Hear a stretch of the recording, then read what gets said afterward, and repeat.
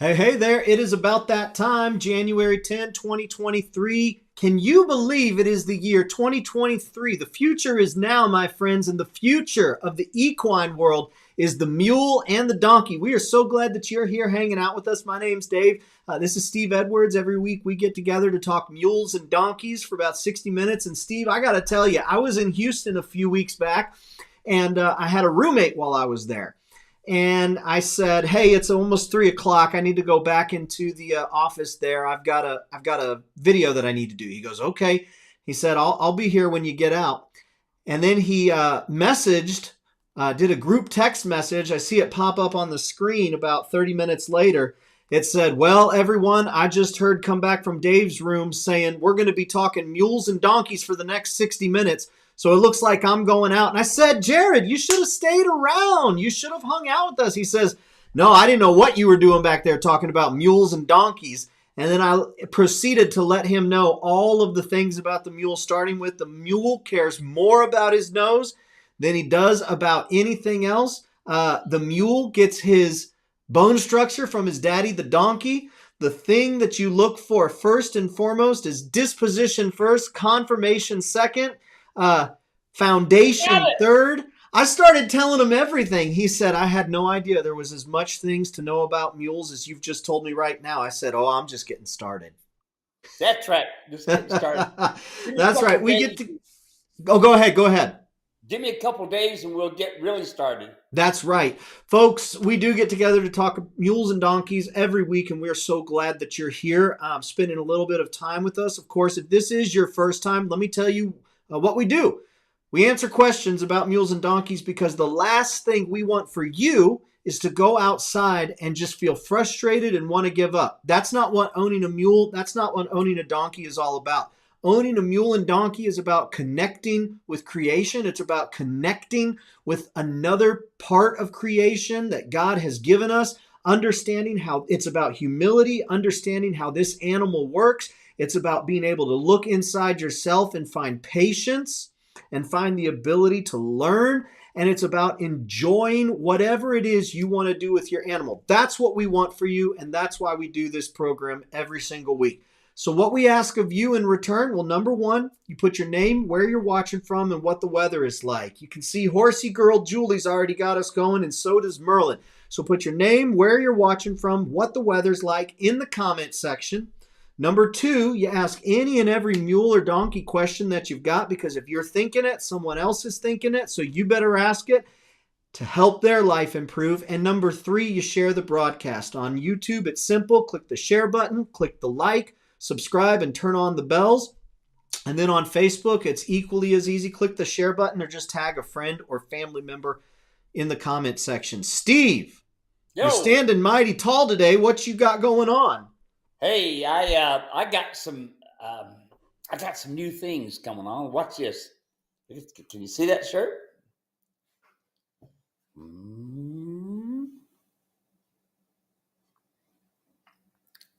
For a donkey, every day is different. And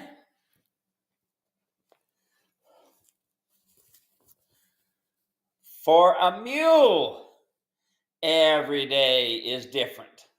You've heard me say that. Everybody kind of wonders why the mule is different. Why all of a sudden? No, it's not all of a sudden, just that every day is a different day. So guess what? I have the t-shirts made up. That's right. And we're going to have a special offer, special deal toward the end, huh, Dave? Yep. Y'all want to hang in here because every day indeed is a different day for the mule and the donkey. And every live stream is a different live stream. And today, you know what? You're benefiting from it. We're going to do some special things at the very end. So we do hope that you'll stick with us the entire time. Like I said, put your name, where you're watching from, and what the weather's like in the comments section, and we'll say hello to you. Before we get started, though, I want to let everybody know that registration is now live for Montana. That's right. Steve Edwards and Queen Valley Mule Ranch headed back out to Montana this summer, and we would love to have you come out and be a part of the event. You can sign up to be a participant. You can sign, and that means bring your mule, come with your tack, Get your questions answered, and you will be our example. Steve will work directly with you, directly with your mule, and help you get the answers and the solutions that you're looking for. And we'd love to have you be a participant. And if you said, you know what, I'd like to be out there, but I'm not going to be able to bring my mule this time. You know what? That's great. We would love for you to come and be a spectator. And so I just put a link in the comment section. Y'all can go get all of the details for the Montana event. And it's Superior, Montana. We've got there's a general availability there, but when you register, you'll be in line for us to send you the address for where you're going. Steve, tell us a little bit about what to expect out here in Montana. Okay, so this is an invitation only event. In other words, the only way that you can come to this clinic is not just show up at the gate, because we're not passing the address out to everybody. The only way you're going to get the address, where to get to it, is to be able to go online and then set everything up, and then we'll send you the information, the address, and all this and that sort of thing. But you have to get pre-registered, and then we'll send it. Now, the reason I'm doing that is this. I keep my clinic small. The dollars and cents don't mean a lot to me. They don't, okay? I keep it to 10 participants only. 10, okay? I might do 12 if I got a husband and wife thing, but otherwise 10, and I cut the line off, period, okay? I'm more interested in helping out that mule, that donkey, that rider, that handler than I am give me the money. It's not important to me, all right? I want y'all to get that across your mind. So this is hands-on as I'm working with everybody. This ranch is beautiful. It's back up in the mountains above Missoula. We're going to have plenty of room for people to camp. We got camping. There are no RV hookups. There's no electricity to these areas. You do your own cooking. You take care of yourself, okay? And maybe this year we can have a campfire. Last year it was pretty tough. We couldn't have any fires, so we're hoping maybe this year with all the snow and the rain and this sort of thing, we can have a campfire. Then we can have some campfire things. But it's a take care of yourself situation. There is rental charges on overnight camping, and there is a cabin available. There's also wall tents available, and there is already there's showers, and there's toilets there that are available. You know, they're there for everybody. The cabin itself rents separate, and it has its own bathrooms and places to stay and this sort of thing. And one of those are there. This is it's not real accessible, and it's you can get trailers in and out of there, no problem at all. Once you get that, but it's going to have to you have to pre-register. Once you pre-register, we will then send you the address how to get there. Okay, Superior, Montana. Here's the cool thing about this. If you, like me here in Arizona, I'm flying from Arizona to Missoula, Montana. Missoula. Now, that cost me $79. That's it. Through this just leave it. Through to Missoula. And if you look around, Allegiant flies in there. A lot of your states, Allegiant flies in. So, hey, guess what we got, Dave? We have Dave and Di from Australia coming. And it's going to be Di's birthday. So we're going to have that's right. We're going to have a birthday party for Di. Dave is he rents a motorhome and they travel around and they see how America's free and carry guns and things like that. Anyway, and so you need to get Dave a shirt that says "Here for the Guns and Mules." That's right. Hey, guess who else is going to be there? Who?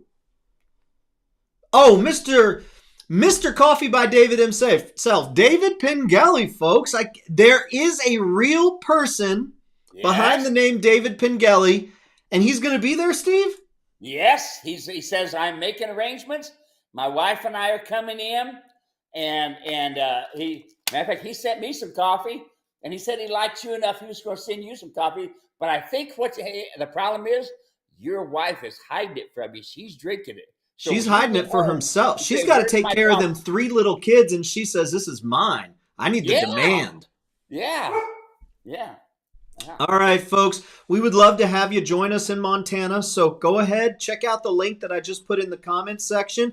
And I know, Steve, there's some folks right now who are saying, okay, Montana, good. Okay, come along, coffee, good. Okay, t-shirt, good. Let's get to the mule and donkey questions. So let me say hello to a few friends and then we'll get to it. Julie is watching from Kentucky, mid-50s. Merlin is watching from Minnesota, where it's 22 degrees and sunny. Sherman Johnson from Norman, Oklahoma, 60 degrees. Nice shirt, Steve. Gotta have one of them. Stay till the end, Mr. Johnson. And you may very well get your very own Steve Edwards Queen Valley Mule Ranch t-shirt. David Pingelli, Mr. Come Along Coffee. Beautiful day in Georgia. Perfect mule weather. Horsey Girl says, awesome shirt. Sabrina says, she's watching from San Joaquin Valley, 60 degrees and wet. Chase is watching from the Hoosier State, Indiana, 40 degrees here today. Linda the Mule Servant and Theo the Soggy One-Eyed Mule in muddy rural central Ohio. So happy to see everyone. Miss Eileen is here. Hello, everyone. Limited groundwork being done with all the ice and snow here in Nebraska. Stay sunny to each of you. We receive that, Eileen, and we send it back your way. Laura is watching from Tennessee. Nice weather today. David O'Brien from East Texas, 75 degrees and nice. Candy is watching from Indiana, where it is a beautiful day. David, I sent coffee to Dave. Should have it by now. I'm going to check my mailbox when I get home today. Thank you. Donna is watching. Illinois, 45 degrees. I rode Jasper down the road today. It is a good day. Miss Backwood says northern Maine, 25 and pitch black darkness. Hopefully we can bring a little bit of light here with our fun conversation about mules. The first question today is coming from James. James says, working with a team of mules that are not slow in driving, a little crazy, don't mind paying for advice, met you years ago at Equine Affair in Massachusetts. Use your come along on my donkeys, works great. Any advice on this team of mules? Greatly appreciated. What type of advice would you give somebody who's looking to get familiar with driving a team of mules? Okay, so they want to get familiar with driving. I thought they said they were driving slow. That are not slow in driving, a little crazy. There you go. That's what it is. Yes, you caught it, Steve. Thank you. Okay, so in other words, they're up on the bit and they want to get with it, and that's what they do. So I want to know, number one, what bit are you using? Okay, and then number two, have you had their teeth floated? Give me those two answers. Well, why does it matter about their teeth floated? Isn't just their mouth, the bit, the bit? No, it's extremely important. If their teeth are balanced and floated, number one, it's the best thing for their health. Okay, because if their teeth are evenly balanced, then they can chew their feed, and it's called grinding. They don't really chew as we know it. Okay, they grind their food back and forth like this with their upper and lowers. Okay, and they grind their feed. If there's a hook on it or if there's a sharp point, that pesters their tongue and they don't want to chew as good as they should. Now, here's the next part. If the mouth is not balanced, they will not, get this in your mind, they will not hold the bit correctly. One of the downsides, Dave, is we've got horsemanship, which has been around for a couple thousand years, but people want to create one wrinkle or two wrinkles. And I found out that a cavalry general was seeing too many of the recruits getting mucked out. So he started telling everybody, I want two wrinkles in every mouth in order to bring it way up here like this so that they could kind of control the mules. But that's not control. That's death by stupidity. All right, now it's gone. So I need to know about those two things. And here's the deal, folks. Bits do not work unless you build a foundation from the nose. Get that in your mind. You got to do nose work first. We were talking about earlier, surcingle with the rope halter adjusted on it. And if you've got the surcingle and the rope halter and you build a foundation there first. Now, what are you doing? You're framing the mule up. That's why I tell you folks, now this winter and this spring, this is the time to get them ready. My bits is not going to work if you don't build a foundation. Okay? They may work partially, but they do not work as advanced as they should be. You see? It's more like screaming at you rather than talking to you.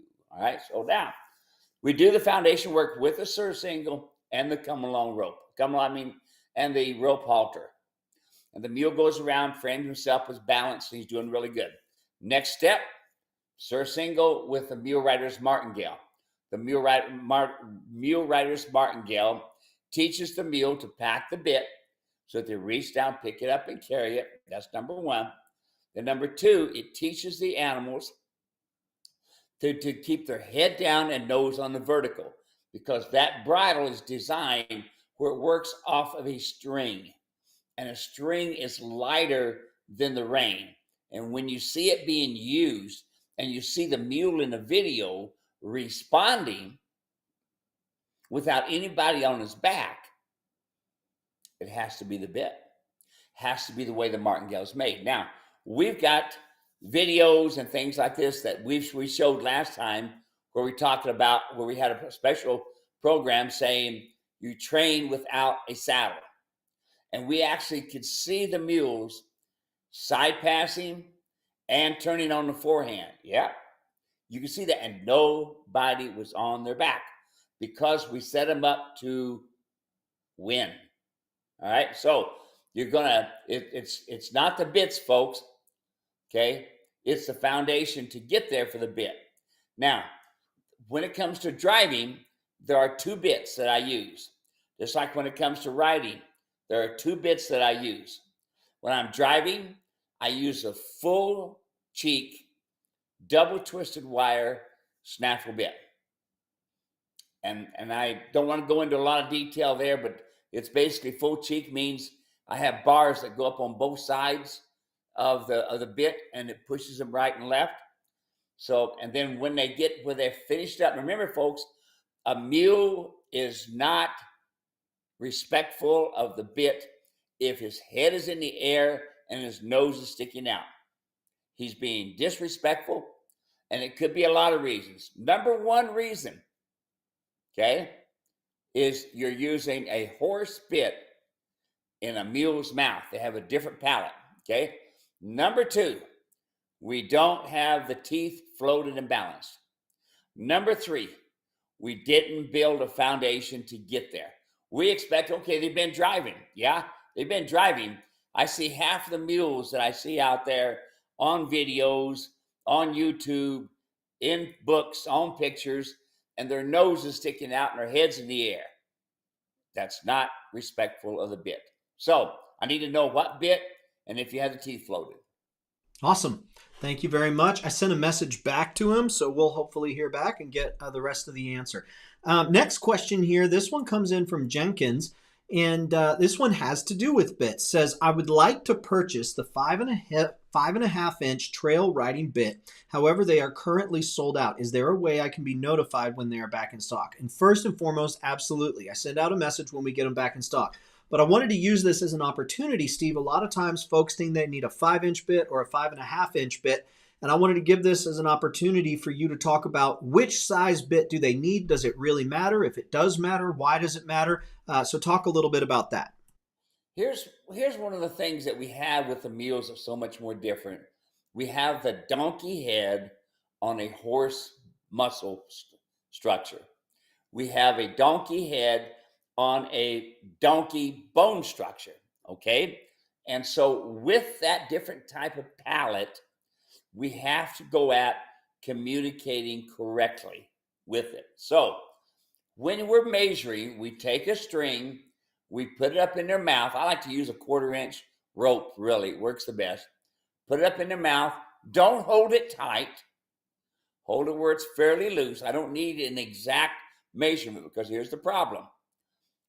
The cornered lips on your donkeys, on your mules, are usually fatter.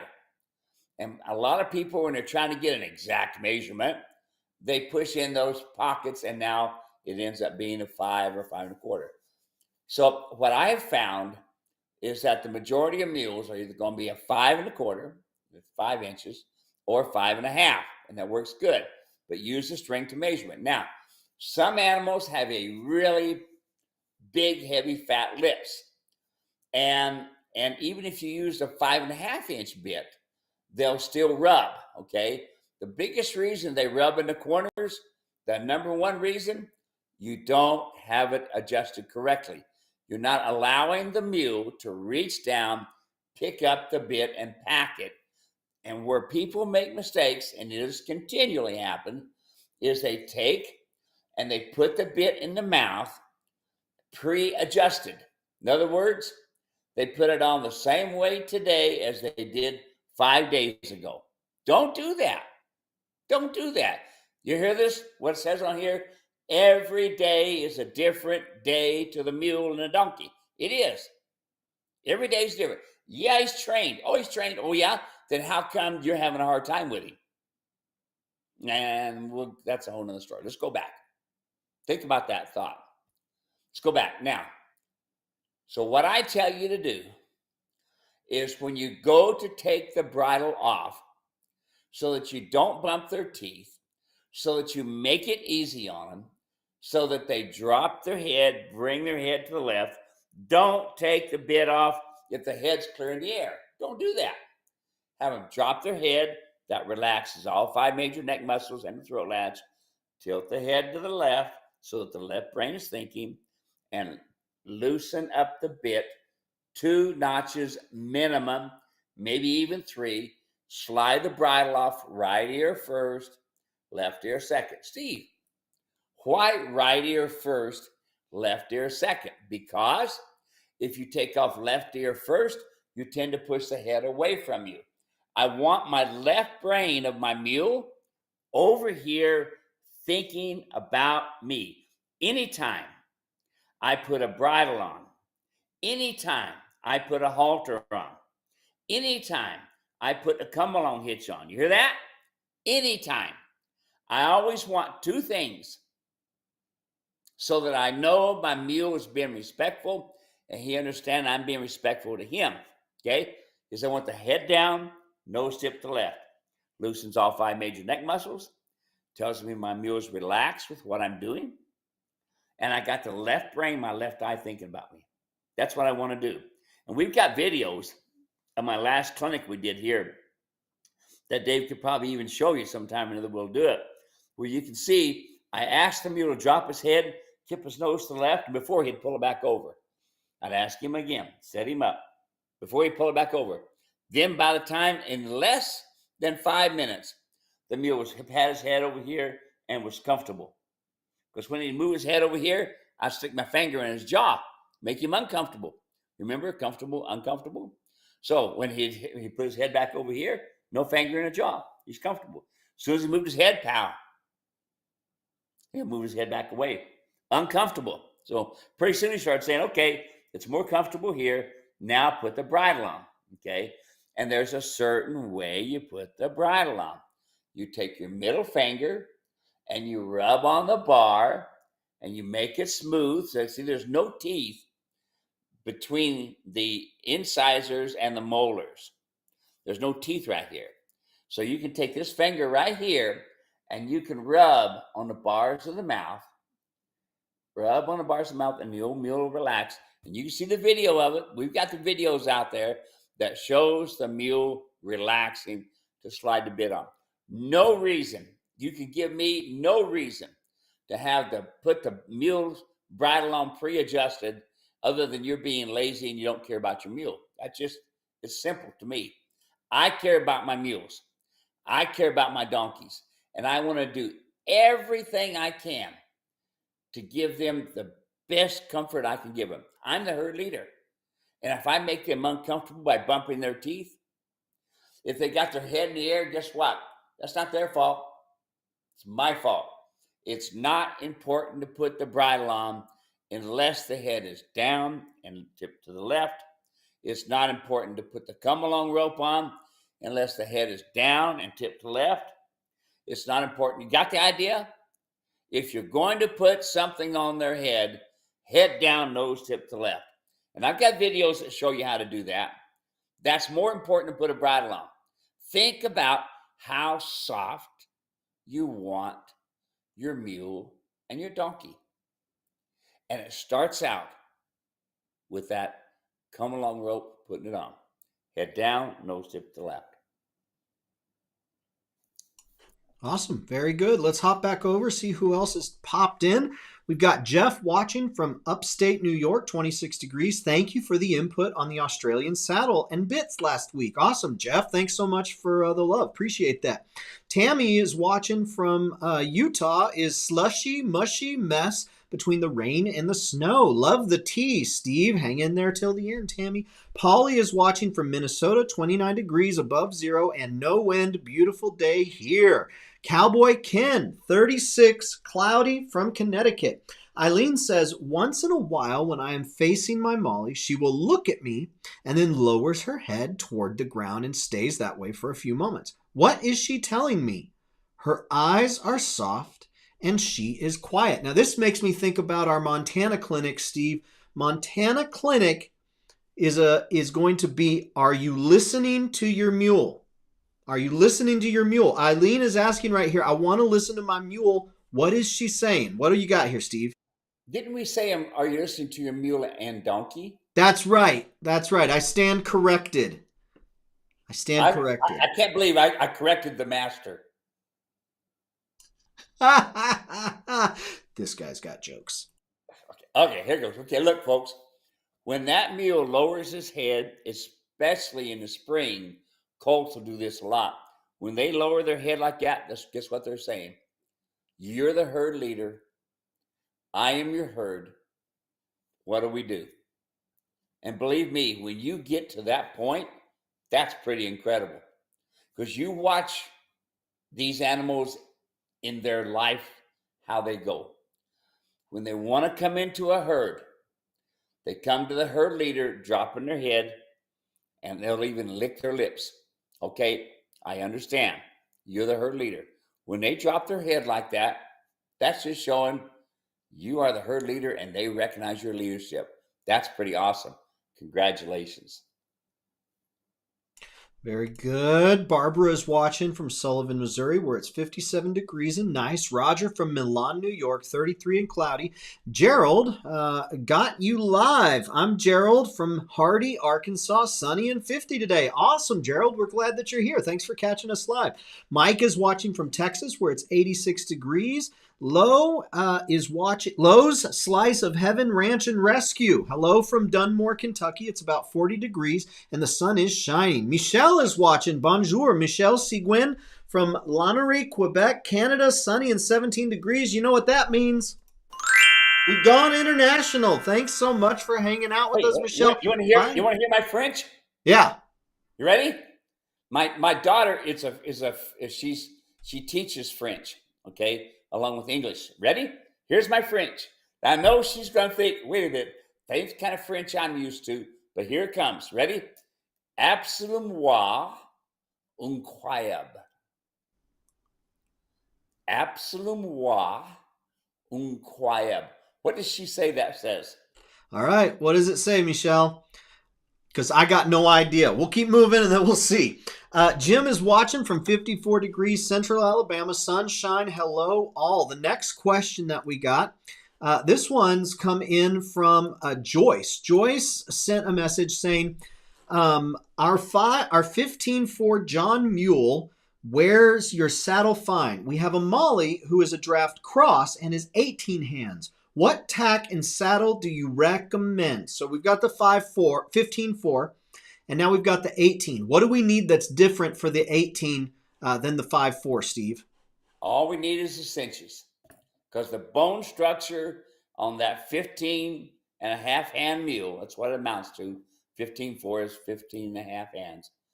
And that 18 hand mule, They both have the bone structure. It's identical the same.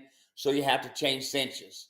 So depending on that animal, for instance, my one of my mules, had two Shire mules, Tom and Katie, and Katie was 17.2, and Tom was 16 and a half. And the only difference was we just changed cinches for the length of cinches. So I have up to a 44-inch cinch. So I would probably put a 44 on the back, and I would probably put about a 42 on the front, and that should do the trick. All right, very good. Let's see here. Laura is watching from central Missouri, 55 degrees, was clear till they started spraying the sky today. Michelle gave me 4 question marks. Linda says, absolutely incredible French. Michelle says, sorry, I cannot understand that French. Okay, absolument, absolutely, incroyable, incredible. Absolutely incredible. Absolument incroyable. Now I'm sure I butchered that French to death. Okay, but how would you say absolutely incredible in French? She probably can't say it to us, so can she? Yeah, I don't know of a way to type it and then it comes out just beautifully Yeah, on the other side for the yeah. listener. I'll see if I can figure something out here. Let's see here. Next question says from Linda or Michelle.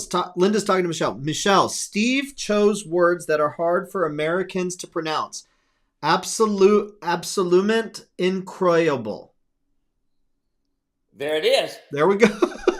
that's Man, you're incredible. that's It's my true. French. Yeah, That's my yeah. French. Here it is. Okay. Absolutement incroyable. Absolument incroyable. Something like that. All right, let's keep going. Let's do something Steve knows here. Matthew sent in a message. Steve, went out to feed Pedro this morning and he wasn't interested in eating. Laying down and did this, showing his teeth a lot as well. What are your thoughts? And so here we got it, Steve, right here. This is Pedro laying down, showing his teeth a lot. What do you think we've got going on here? He is colicking right now. What he needs right now is about 12 to 14 cc's of Banamine. I would do it personally. I would do it in the jugular, but you can do it by intermuscular as well. But folks, you should be keeping Banamine around for this right here. When was this morning? Got this on Sunday. Oh, I remember talking to him now. Okay. It's Matthew. Yes. Matthew, yeah. Yeah, I talked to him. Yeah, he's got the mules, is doing good now. But folks, listen, when the mules are laying down like that, and you see, they don't do a lot of struggling. They don't show pain quite like what horses do. Horses are usually flaying. See how he's throwing his lip up and stuff? That's where the Banamine, and what they did 2 things. No, they did 3 things for him. They oiled him, okay, from down through his nostril into his stomach, and they gave him Banamine. And here's another thing you all can do, folks, which I've done. Now I've done this. Make sure the vet understands this. You can take a water hose and come in through his anus, all right, and you can run that in there and actually give him an enema. And I've had to do that before, being in the middle of nowhere. When you're stuck, folks, and you're in the middle of nowhere, you've got to try something. You should always, always, always keep Banamine around. If you can keep it in injectable, if your vet will let you do that, like I keep a 50 cc bottle around, and with an 18 gauge needle, and I give it in the neck, just in front of the shoulder. So here's the shoulder here, and I take my hand, and I put it like this, and right here, right in there is where I put that needle. 18 gauge needle, 50 cc bottle of Banamine. And most vets will let you do it. Now, there may be a couple that may not, but if nothing else, you can always get the paste. But if you can at least get him paste. Now, listen to this. It used to be we were told to get them up and walk them because of their impaction. And so that's not what they tell you to do now. They tell you to leave the animal lay. Because here's what happens.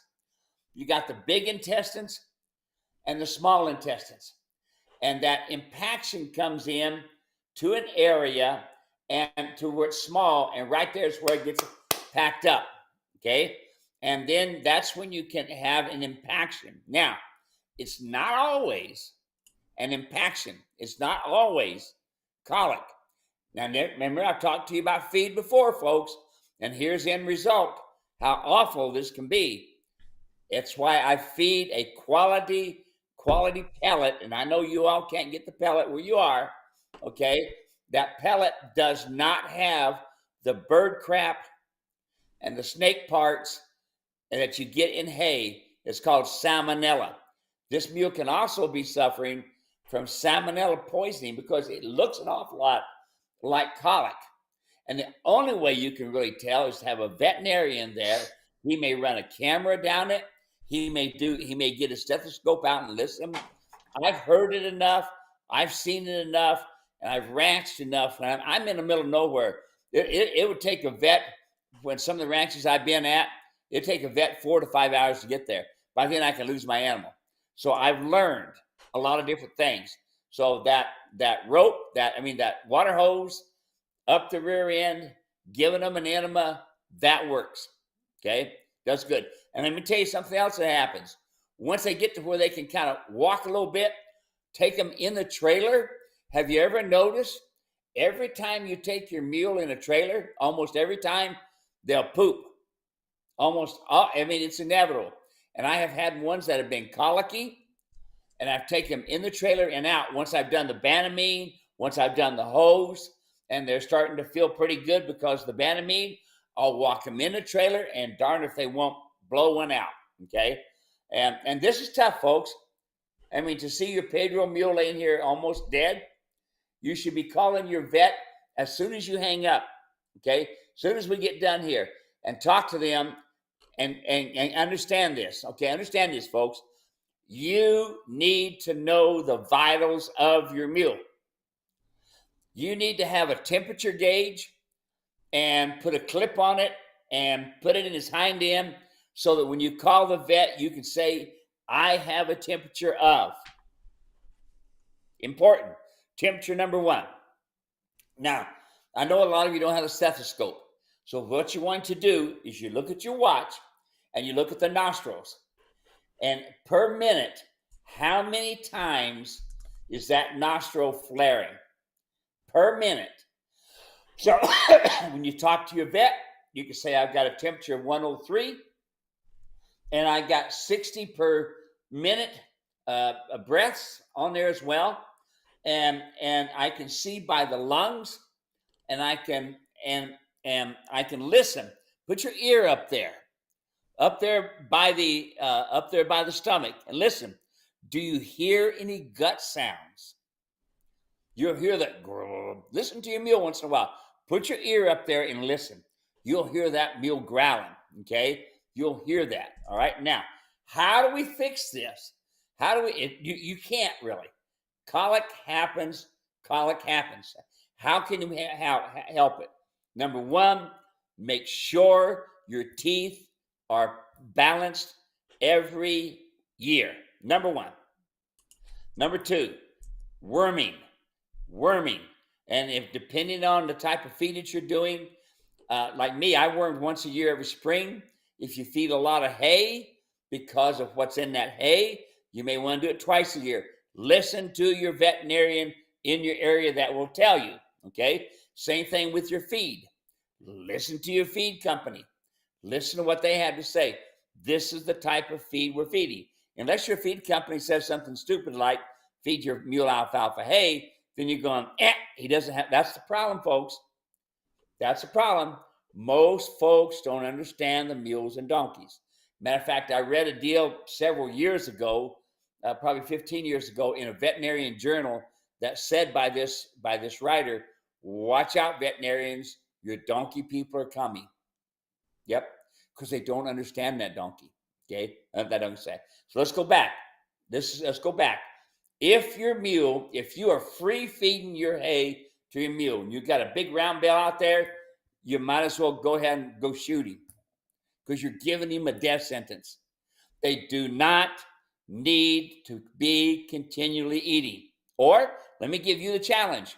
I want you to go to a smorgasbord every day to eat for this next year and tell me about the 50 pounds that you put on. You are not feeding these animals.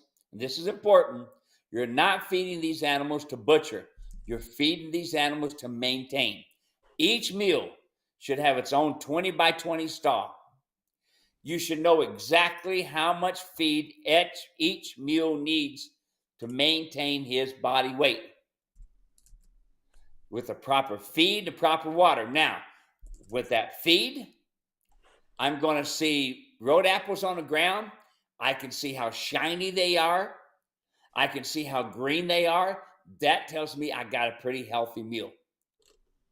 Next thing, the water intake. Don't put a float on it once in a while. Take a float off and see how much water they drink on a daily basis.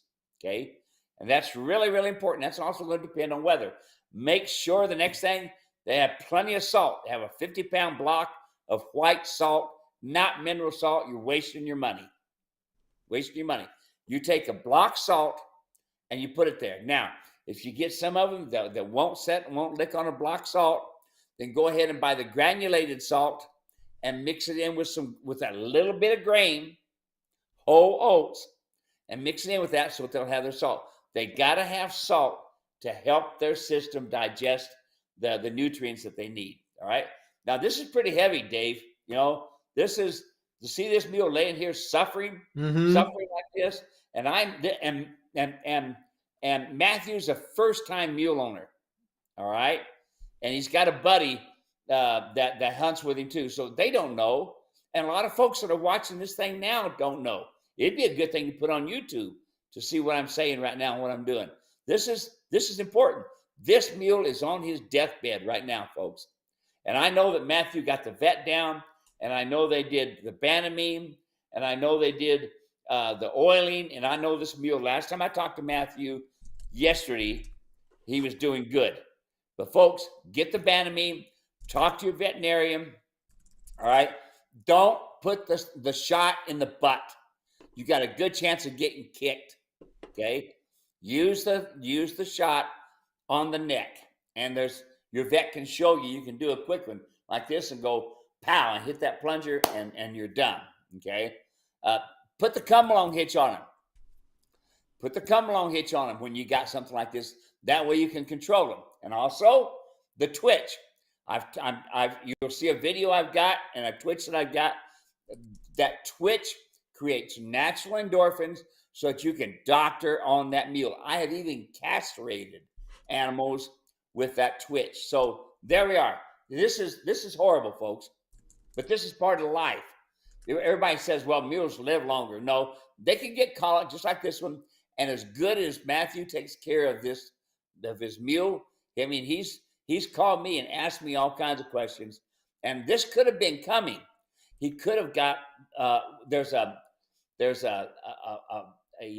large and small strongi worm. They got big mouths on them, and they attach themselves to the intestines.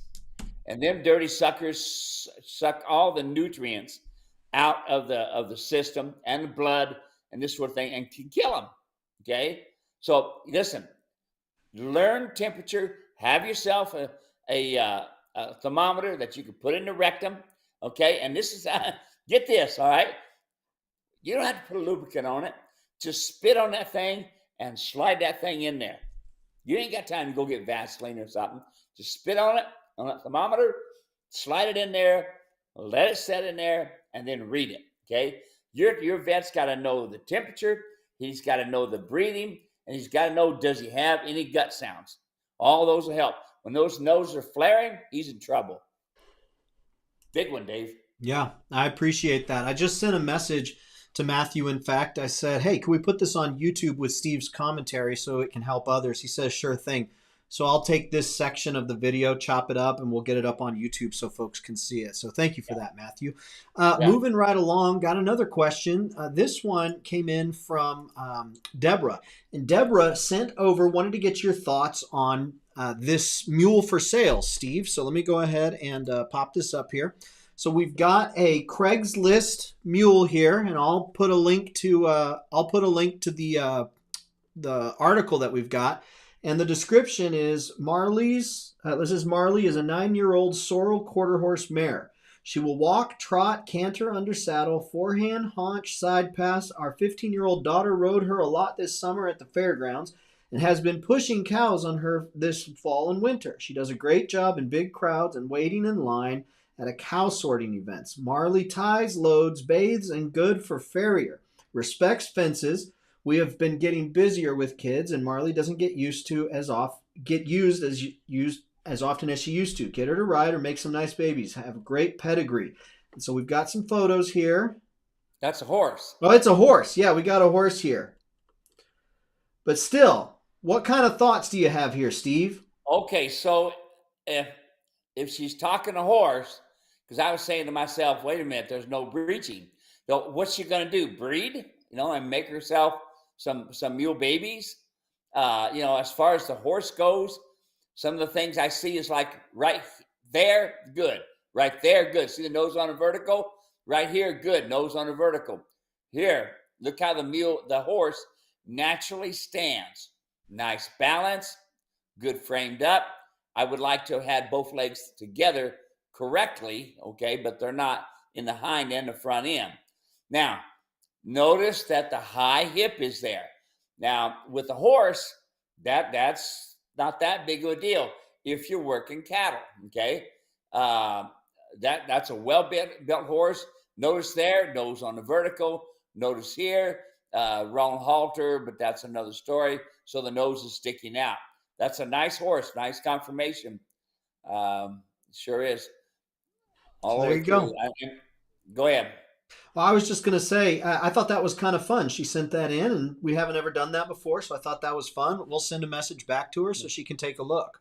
You bet. Now, here's the thing, folks. Be looking at that nose on a vertical. Right there, the nose is not on a vertical.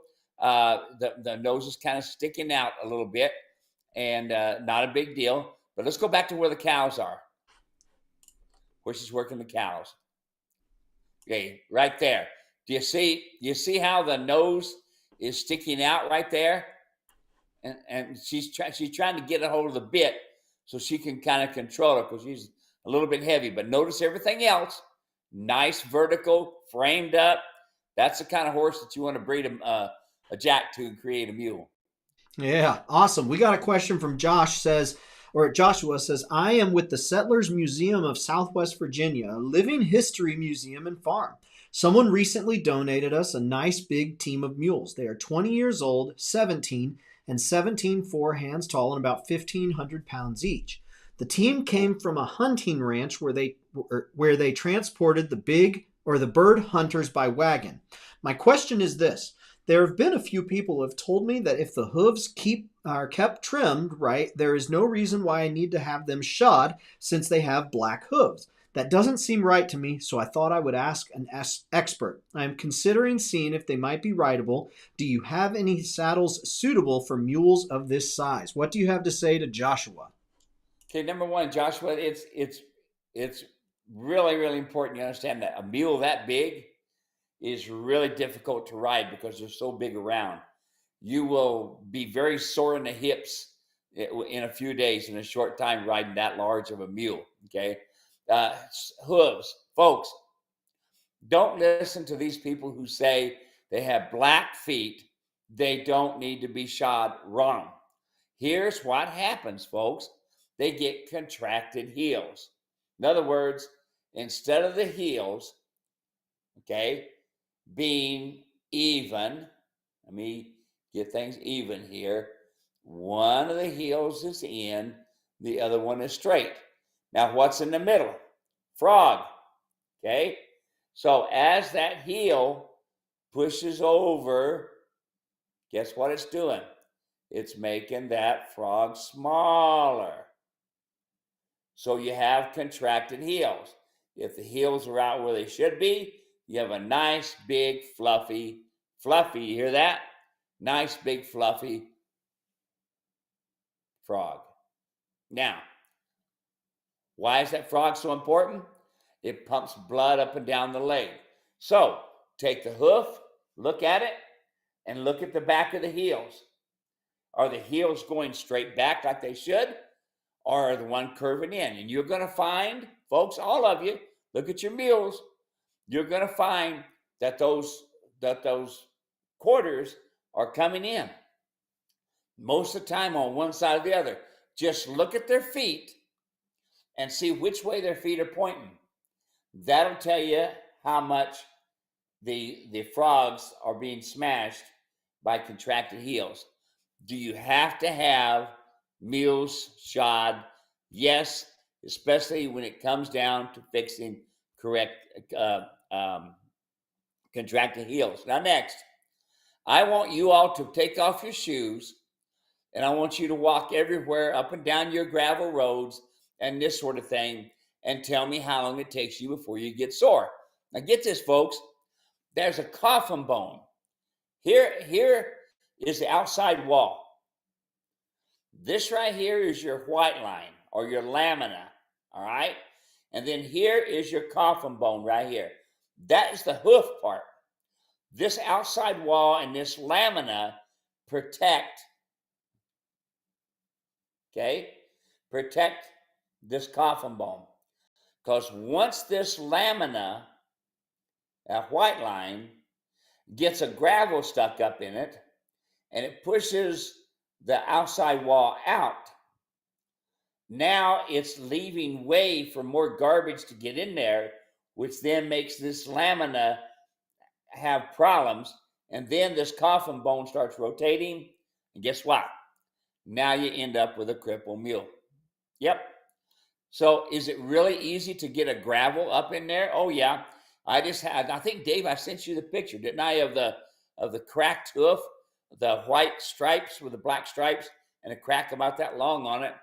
And I told the guy how to fix it, and I talked to the shoer how to fix it and this sort of thing. But it happens. And he says, all these guys are telling me I don't need to shoe, but why am I getting this? Yeah, getting cracks. You know why?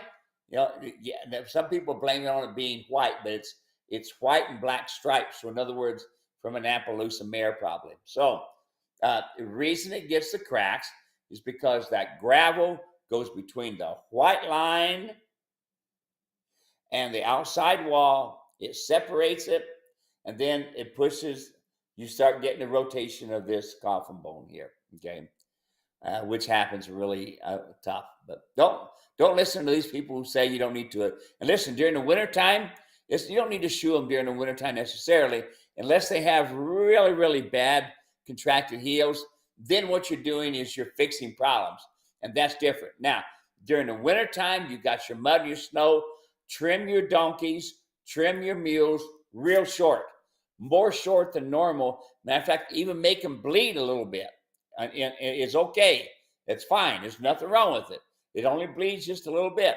But I want them short to keep that snow and mud from packing up in there, because here's the problem. It's the best way to start getting your foot diseased with all the mud and all the bacteria that's in there. Your animals need a dry place to stand. Very good.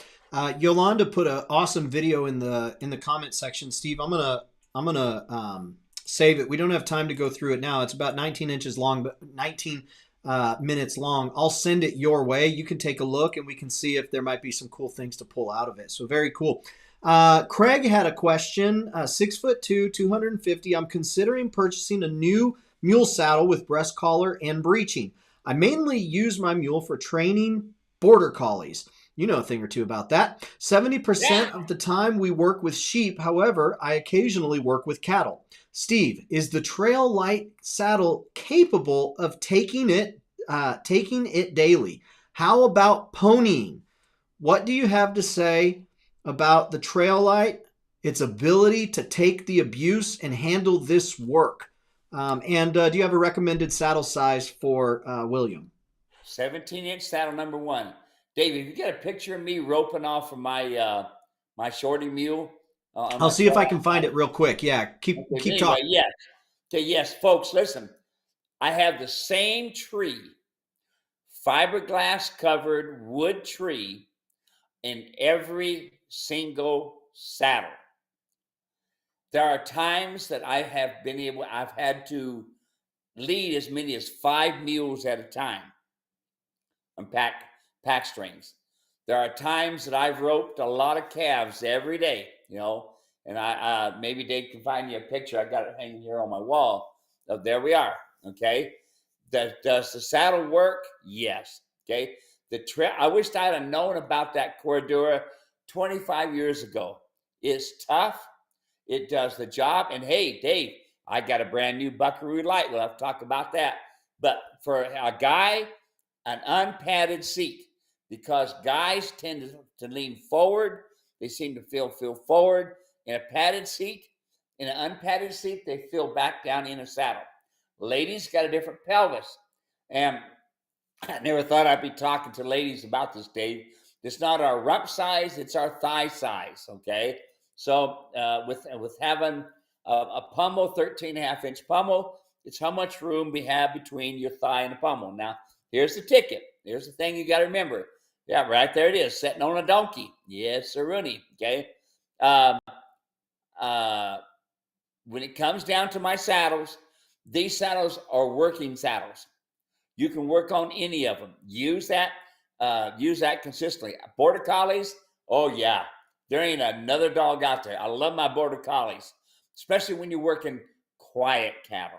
Now, if I'm talking to a guy today, if I'm working tough cattle that are really hard to work with, I like a Catahoula because I want something that's going to bite.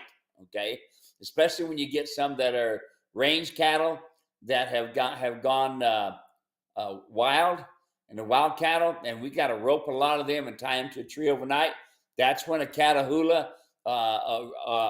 do really good. I like a border collie working quiet cattle because border collies work off their eye. They work strong. They're quiet.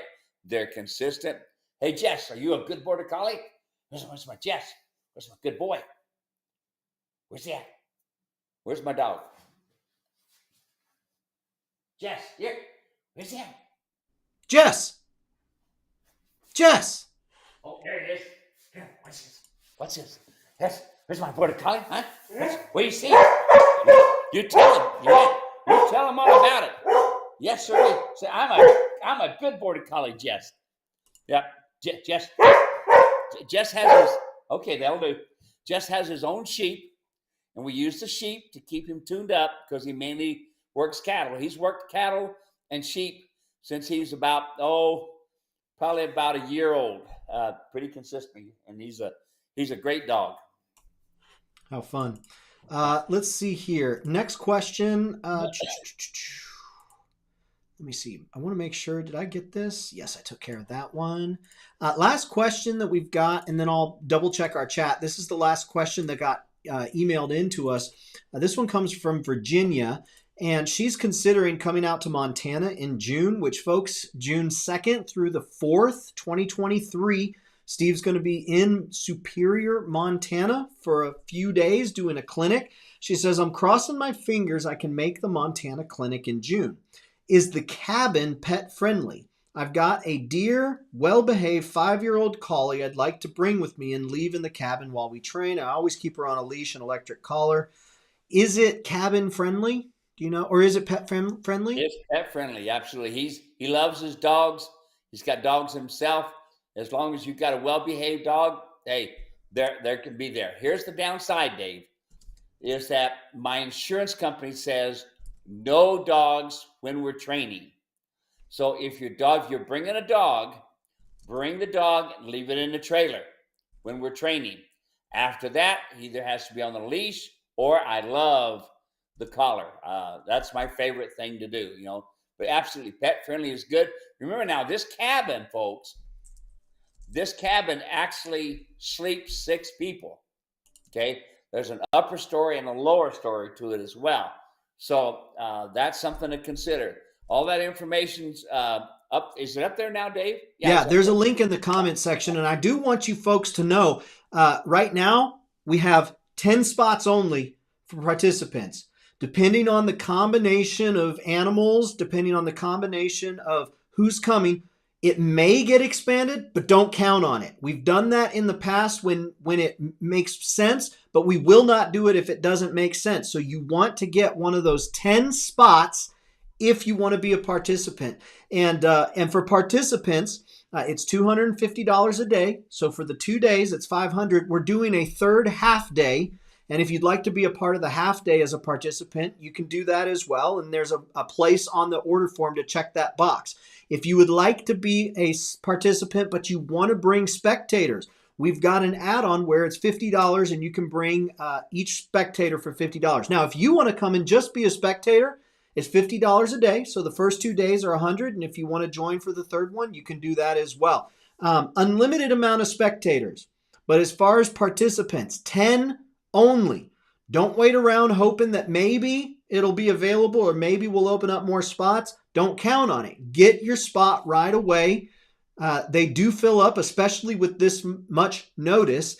And it's going to be a lot of fun. At the link, there's information about the type of tickets that are available, participant, spectator, as well as camping information and the cabin information. There's only one cabin.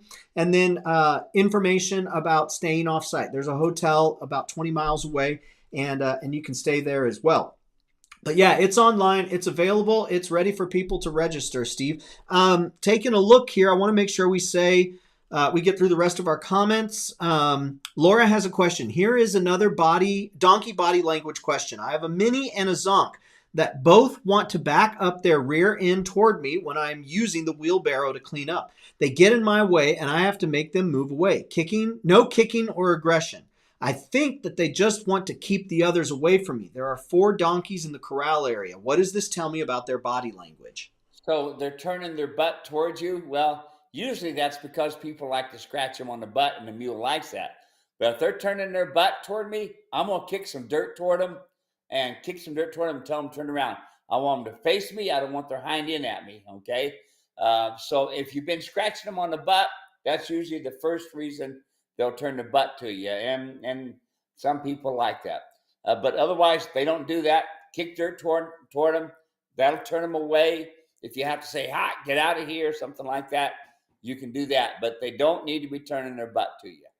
All right, let's see here. JK's watching from France, and you know what that means, international again. We're still waiting for your saddles here. Everyone loves a little bit of Queen Valley Mule Ranch Steve Edwards signature saddle. They look good on every continent.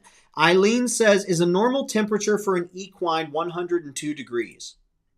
That's pretty much the average. Yes, I like to see 101.5, but if what I usually like to do when I first bring my animals in is I run a full gamut on them, so that I know what they're like.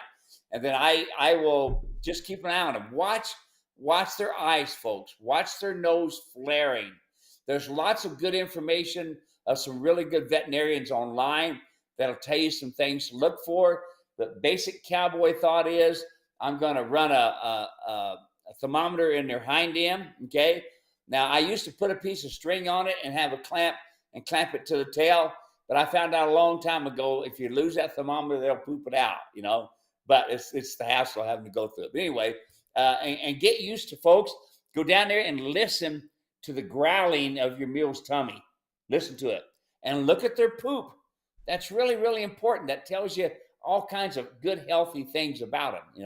You've got to understand that they rely on you. Don't end up like Matthew here with this horrible thing happen to you. It can happen really fast. Don't think mules and donkeys are resistant to that stuff. They can have the same diseases as other animals, identical. Yolanda called me out. I totally forgot to give the international. Yolanda's taken us all the way to the Netherlands. Thank you so much, Yolanda. Appreciate that. David Pingelli says my trail ride is my trail light is fantastic. I love it. And I was going to say, ever since I've known Steve, which, 20 years or something like that now, he's been riding in the trail light saddle. If you come out to one of the clinics that we have at the ranch and you go in the tack house, you're going to see his trail light saddle sitting on one of the trees there. Just used, beat, and still trucking strong. That is the saddle that Steve rides. He loves it because of the light weight, but it does handle everything that he throws at it. And I know because it's there every time I go. And whenever he's riding, he's in it. So there you go on that. Lori says, "You're making my Labrador bark in Central Florida." That's funny right there. National communication. I have a mini mule 2 years old and never trained. When she's tried to put her head on me, what does that mean? She is good most of the time, and now I'm able to halter her and lead her. Ordered the twitch. I ordered the twitch. What would you say there to our friend Hawk? She's just kind of putting her head up against hers, not the nose. Just tries to put her head on me. Yeah, well, I mean, I'm allowed to come into their space. They're not allowed to come into my space. And I know, folks, that you think it's cute to have them come up to you and get close. Don't do that. Don't allow them to come into your space because they'll get to where they'll push you around, push you around, push you around. Now, if you go into her space and you're standing at her shoulder, get this, folks, this is where you stand at the shoulder. It's the most neutral, most safe place to be. Now, and then she kind of hugs on you. Well, that I'll accept that a little bit, just as long as she don't push you, okay? And then Dave, I was talking to one of my clients today that ordered a breast collar. He bought a saddle for me back in March of 2010. So 2010? Yeah, almost 12 years old. He said, "Steve, I've had that saddle all over hunting. I've had it on all kinds of mules." And he says, "I just love it." And he said, "I'm 57 years old. I'm getting ready to retire." And he says, "I have beat that saddle to death. It's everything you said it was going to be." So he's going to send me some pictures. He's been hunting and everything on it. But yep, 12 years old. Yep, sure is. So That's we got great. any pictures of that new buckaroo? Yeah, I can bring that up here. Give me a second. Let's see. Captain's watching. Good afternoon, Chaplain Steve and Chaplain Dave. Laura says, "I don't ever scratch their rears. The Mini actually wants to line up with the handles like he is backing into his cart." Diana's watching from Wooster, Ohio. That's all of our questions today. So before we're done here, Steve, tell the folks what we got going on. Okay, you see this t-shirt goes? Folks, this is a donkey, and I've got them with mules as well. And I've got a lot of different sizes. All right? There's the mule right there. Now, if you can tell me what says on my hat, as I've been having it on all this time, if you can tell me what it says on my hat, I will send you a free T-shirt. You gotta contact Dave at support.com and give him your name, address, and this sort of thing. I will send it to you. Now, the other thing, if you can say what's on my hat here and tell me what's on my hat, the other thing is I will pass out another free T-shirt to whoever can name what's my dog's name. I'll pass out those two. Now, that's the first two there, Dave. So find out who's there. Now, here's the next thing. I'm going to sell 25 of these T-shirts of the size. They normally are going to go for $25. I will sell you the shirt for $12. That's shipping all included. But you have to send me a picture of you and your mule with your T-shirt on next to your mule. And this has got to be, I know all of my mule and donkey people are honest. I know you're honest. So this is honest engine that if you wouldn't be that either. That's a anyway, if you send me a picture, if you order the next 25 T-shirts to support at muleranch.com, I will send those shirts out at $12 a piece. But you have to send me within 7 days, Dave? 7 to 10 days. a picture of you and your mule with a t-shirt on. Yeah, that works for me. So right now, put in the comment section. We've got a bunch of answers there, so I don't know if there's the right one yet.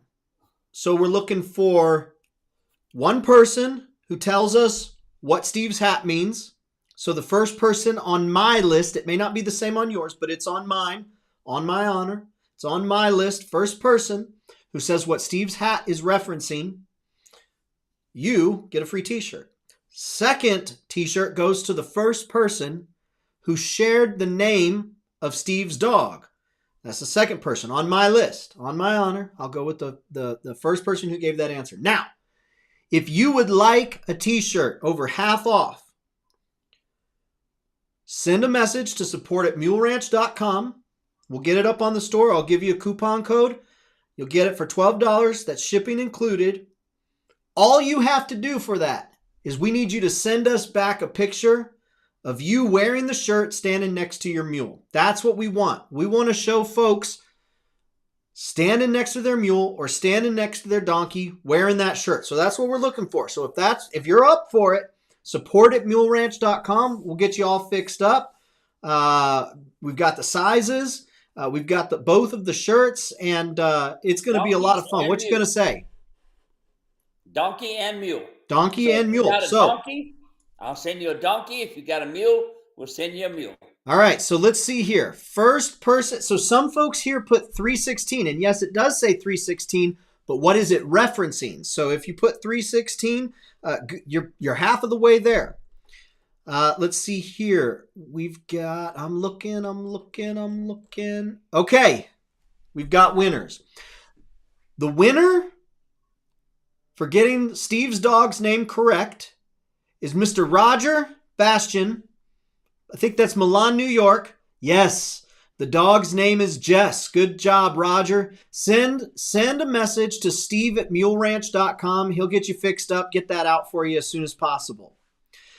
The winner of the, Dave O'Brien and Laura came in real close together.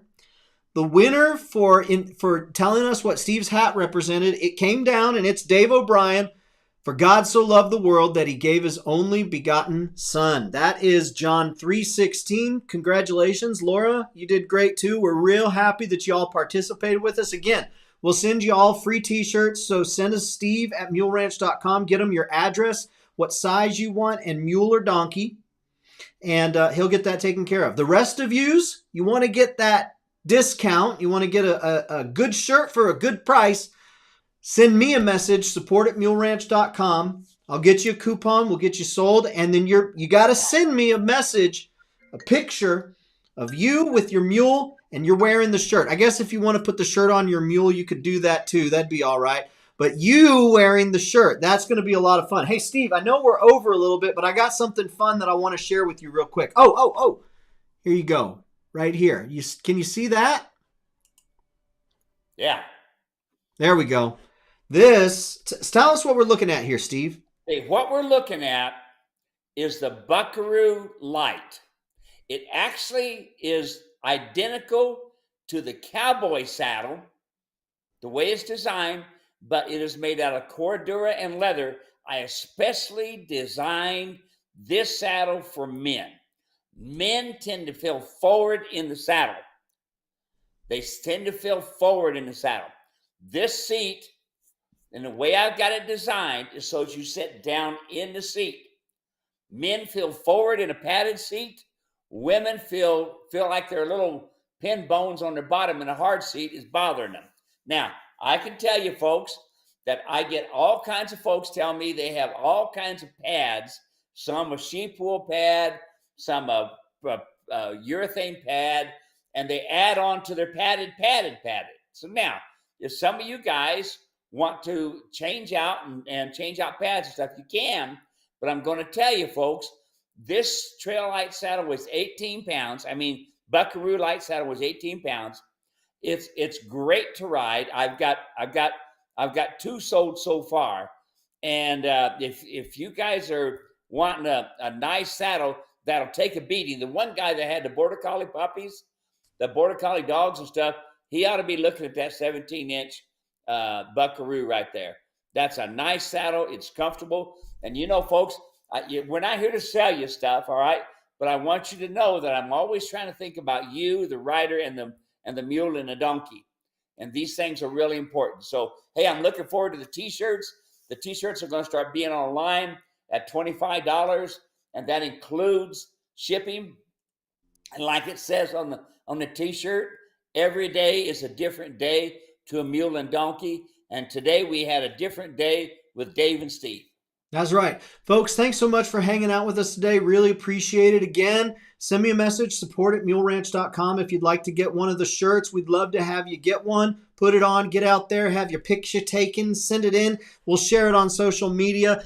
Really, man, this world is big. There's a lot of scary stuff going on in the world. There's a lot of crazy things that we can't control. But I'll tell you what, the thing that makes it bearable is we are community type focus. And even for the most introverted of us, we thrive in community. We were designed to be in community. If we look at the Creator is in community with the Father and Son and the Holy Spirit. And we are designed to be in community as well. And putting on some t-shirts and taking some pictures, I know it seems like a really small thing, but seeing other folks wearing the same shirt, standing with their animal as the shirt you're wearing, that's just one teeny tiny way that this world can be a little bit more fun, a little bit more enjoyable, and a little bit like the kingdom that we look forward to. We really are grateful that you spend a little bit of time with us.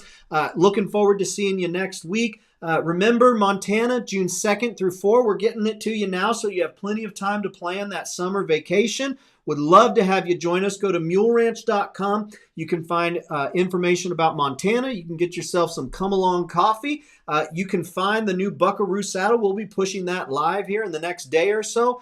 Everything that you're looking for, it's there. Free, paid, all sorts of good stuff. Steve's disappearing, so we're going to go. See y'all later. God bless. Take care. Bye-bye.